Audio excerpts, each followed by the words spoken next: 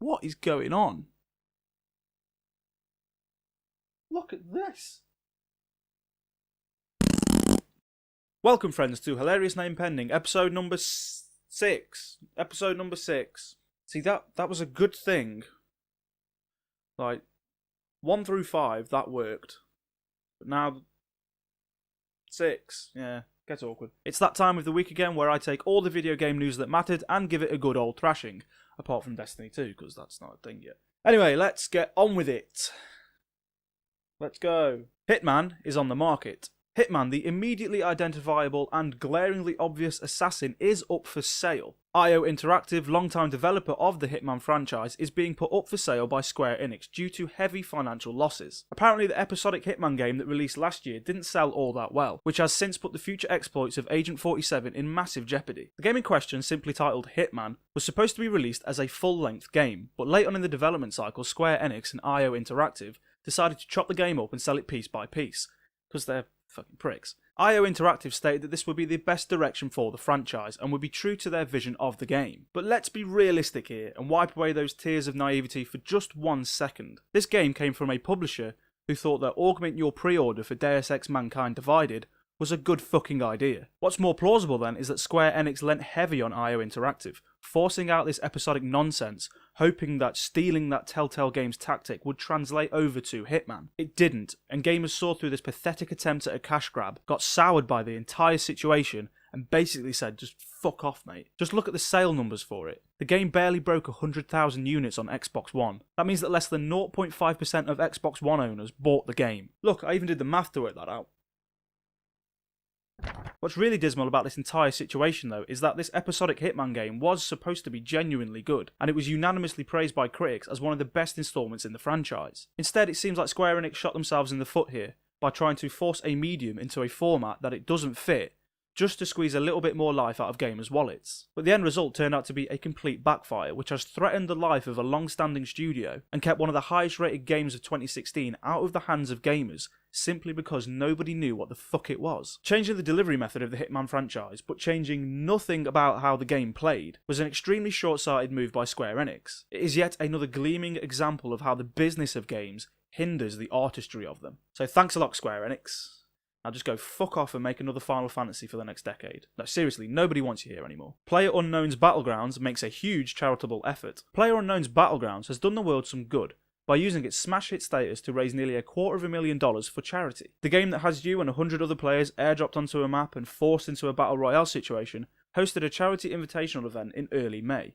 The event played host to 128 streamers who competed against each other whilst the rest of the Battlegrounds community sat back and watched. The event pulled in over $120,000 in spectator donations, and developer Bluehole matched the first $100,000, bringing the total to a staggering $223,357. The money raised goes straight to Gamers Outreach, a charity that provides equipment, technology and software to help kids cope with treatment inside hospitals. The game itself has proven to be a huge success too, gathering up over 2 million sales since the end of March. And that is for a game that is still in early access on Steam. It isn't even finished. Yet it has resonated with streamers, YouTubers and critics alike, pulling in a huge audience of both players and spectators in equal measure. It is genuinely humbling to see how such popularity has been put to such good use by developer Bluehole. This act of kindness from Battlegrounds is few and far between in what is sometimes a very volatile medium, full of unnecessary hate. So thank you Bluehole for proving that sometimes, us gamers, do have the ability to suppress that questionable outrage.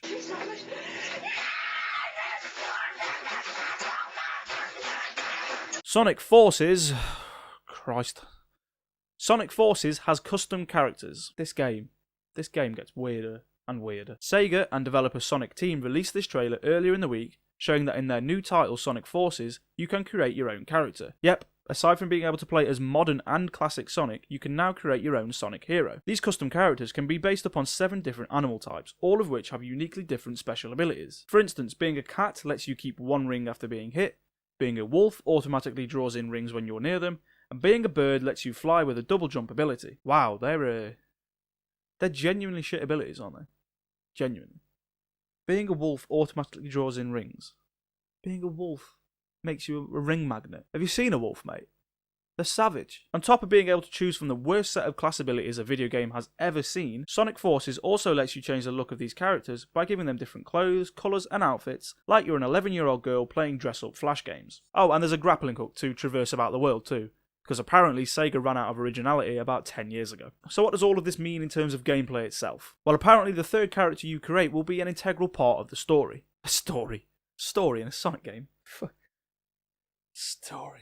Featured heavily in cutscenes, helping classic and modern Sonic defeat the evil Eggman throughout the game. And in case you couldn't tell, yes, I do still think that this game looks like a collection of used condoms resting gently on the fence of a children's playground. Ubisoft's future looks almost as good as its past. Ubisoft had their annual earnings report earlier in the week, showing the world that they are doing very, very well for themselves. The French publisher and developer recorded sales of €1.45 billion during the 2016/17 financial year, which amounts to a 4.7% increase on last year's sales.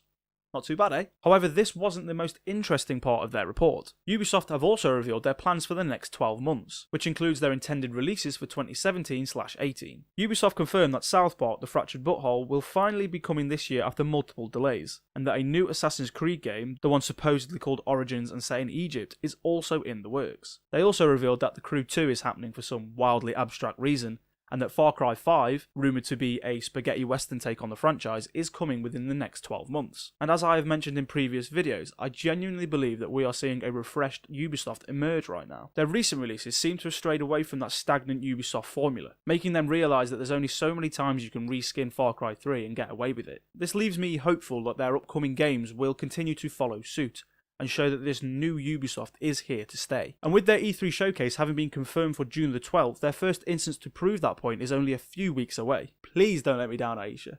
Please don't let me down. I don't want to be wrong on this one. I really want this to be right. And that's it, folks. Another week has ticked on by already, bringing us closer to old age and that inevitable painful death. So did I miss any key piece of news? Are you excited to see what Ubisoft has in store in the future? Do you want to come and buy Hitman with me? Let me know in the comments down below or over on Twitter @DarylDoes. And if you like this video, please give it a thumbs up and subscribe to my channel so you'll never miss the opportunity to have me invade your eye holes. Tell you what, Square Enix, how about this? I'll give you £100 for IO. £100. I'll buy IO Interactive from you for £100. No, actually, tell you what. £150, final offer. Call me, yeah?